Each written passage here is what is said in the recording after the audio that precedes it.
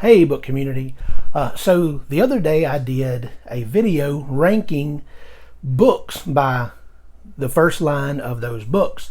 From 10, I just picked 10 random books that I haven't read yet, and I ranked them by the first line.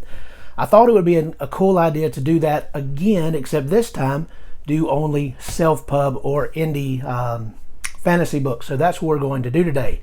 I am wearing a shirt that my wife made for me, featuring the logo of the channel. So thank you, honey, for doing that. So anyway, let's get down to it. Let's begin this ranking 10 self-pub books that I haven't read yet that I plan on reading. Now, I do want to say this to begin with.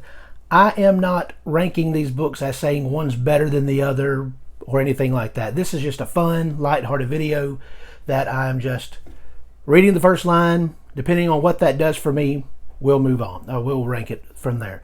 All right, so first of all, we have, I don't know that I'm going to say this name right, but this is The Trials of Ashmount by John Palladino. John Palladino. All right, it's a nice compact book. I like that. I like the look, I like the cover, I like the feel of the book. But we're not ranking any of those things. So let's turn to the first page. All right, there is a name here for the title, Eliezer Corbeau. Not sure if I got that right. He pissed himself. Well, that's starting out with a bang, isn't it? All right, there you go. I have no idea where to rank that. That could be the absolute top, couldn't it? All right, thank you for watching. Okay, so there, we'll put that right on the bottom here and see what comes next. All right, next we have Starlight Jewel by E.L. Lyons. Starlight Jewel by E.L. Lyons, another spectacular looking cover there. So let's get to the first page. Oh, that first one had got me. All right, let's get to the first page. The prologue. Rhys walked in front of the procession, keenly aware of Don's body on the litter behind him. Let's read that again. Rhys walked in front of the procession, keenly aware of Don's body on the litter behind him. All right. I think that's setting something up that you want to see what's next. However, at this point, I think I'm going to put this above it just for now. Let's see what happens. All right. Next is A Touch of Light by Thiago Abdallah.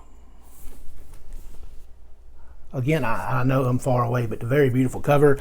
These books that he's been putting out in this particular series, The Ashes of Averin, they are very beautiful covers.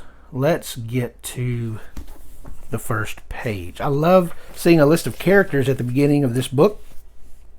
The prologue. Sometimes in a prologue, or sometimes in the beginning of a chapter, you'll find a kind of a subsection, a heading there. I'm not going to read those. Sometimes it's a quote by someone within the world. I'm not going to do that. I'm going to do the actual text of the book. Father's officers shuffled around the map on the council room table, pointing out routes and offering suggestions, each one more certain than the last about the location of the missing airship. All right, so it tells me there's an airship, so that would tell me this may be steampunk. I'm not sure. I really didn't know it would be, and not necessarily steampunk, I know, but all right. Father's officers shuffled around the map on the council room table, pointing out the routes and offering suggestions, each one more certain than the last about the location of the missing airship. All right, I think at this point I'm going to put that on bottom. Not that it's bad, just that it doesn't capture me right off the bat quite as quickly as the other ones did. Next is Bob the Builder by M.V. Prindle. And once again, I wish I could get a close-up of that cover. This is really good artwork. Of course, there's a story there if you were keeping up with the competition, but still, this is very, very good artwork. All right. Under the prologue, how things came to be this way. Anna had lost her father to cancer and her mother to the slow decline of Alzheimer's, so she knew a thing or two about loss.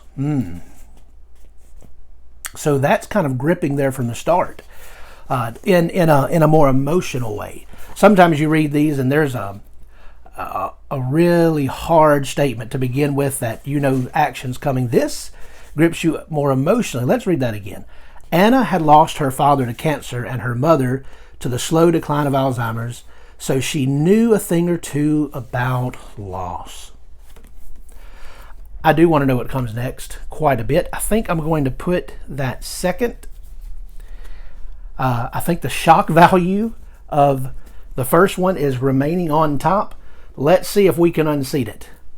Wistful Ascending by J.C.M. Byrne. I've heard a lot about this, and I am excited about eventually being able to read it. Let's get to the opening page. All right, the prologue, beginning of the end. Rohan's helmet whined with heavy demand as he drew in a painful, choppy breath. Rohan's helmet whined with a heavy demand as he drew in a painful, choppy breath. That's good. That's a solid line. I don't think it's going to go on top, but I think we're going to put it third from the top right now. I think that's what we're going to do. All right. Another highly anticipated that's being talked a lot about on Twitter and BookTube, and that is Down Below Beyond. Down Below Beyond by T.A. Bruno. All right.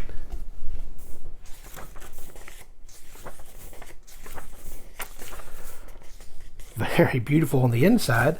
I'm not sure if you would consider that a map or some kind of diagram. And characters. There's a lot going on here in the opening parts of this book. That alone piques my interest. All right, chapter 1. Pretty sure we just walked in a circle. Bafo Niall grunted. All right. Pretty sure we just walked in a circle. Bafo Niall grunted. Well, obviously there's nothing wrong with that, but that doesn't grip me all of this. That just doesn't... a lot about this grips me. That does not really grip me. I think we're going to put this fifth from the bottom. Fifth from the top. Yeah. So we've done 6. Now we're moving on. This is the 7th book. This is Sea of Souls by N.C. Scrimgeour. I apologize for mispronouncing your name. I'm sure I did. A Sea of Souls. That's 2 back-to-back that has to do with the ocean. All right, let's get a beautiful map on the inside here. We all love a good map. All right, the prologue. Dark be the water, and darker still the creatures that lurk within. That's very atmospheric, isn't it? Dark be the water, and darker still the creatures that lurk within. All right. I think I have found one to unseat this one. All right. Let's move on. This is Stone and Sky by Z.S. Diamante. Stone and Sky by Z.S. Diamante. You see the main character there flying on, I believe, is a griffin. I may have my mythical creatures mixed up, but I believe that's a griffin. All right, let's get to the first page here. The Lone Guardian. The smell of smoke hung in the air, and a bitter iron taste lingered in Orin's mouth. One more time. The smell of smoke hung in the air, and a bitter iron taste lingered in Orin's mouth. Nothing wrong with that line. It's a good, solid line. I don't think, however, for the sake of this, we're going to put it at the top. I think for this point, we're going to put it down at the bottom. Again, there's really no criteria here. It's just what catches me at the moment. This is Spirit of Vengeance by Rob J. Hayes. This is the third book of his Mortal Techniques, which are 3 standalones in the same universe. I've loved the first 2 books. I've been meaning to start this one and just haven't yet, but I do plan to.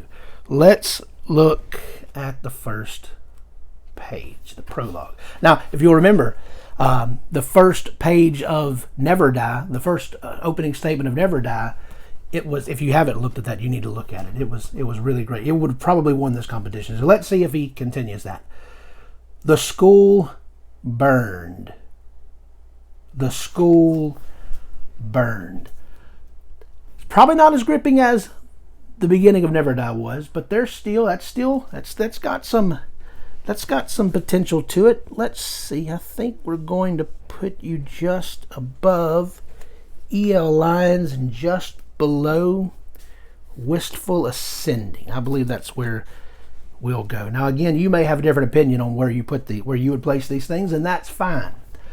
Let's look at this. This is The Hellborn King by Christopher Brenning. The Hellborn King by Christopher Brenning. This is book 1 of, I'm not sure what the name of the series is. It just says book 1. Let's look here. The Hellborn King Saga. Well, that's why it says book 1. All right, we're not going to read the acknowledgments. There's the prologue. The stench of death hung heavy over the killing grounds, thick and stagnant in the summer heat. That is the kind of line that really grips me. I like that. The stench of death hung heavy over the killing grounds, thick and stagnant in the summer heat. I like that, but I think we're going to have to place it at number 3. I believe, I'm confident in that. All right, so what do we have here?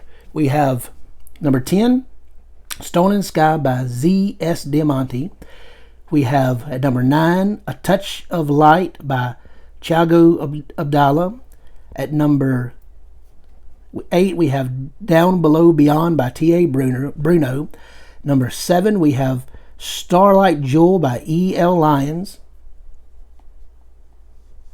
At number 6, we have The Spirit of Vengeance by Rob J. Hayes. At number 5, our top 5 now. At number 5, we have Wistful Ascending by Byrne. At number 4, Bob the Wizard by M.V. Prindle. At number 3, The Hellborn King by Christopher Brenning. Number 2, should call that number 1. But anyway, The Trials of Hashmount by John Palladino. And number 1, Sea of Souls by N.C. Scrimgeour. All right, that is the top 10, the way it gripped me at first. So thank you for watching this video, and until next time, go read books.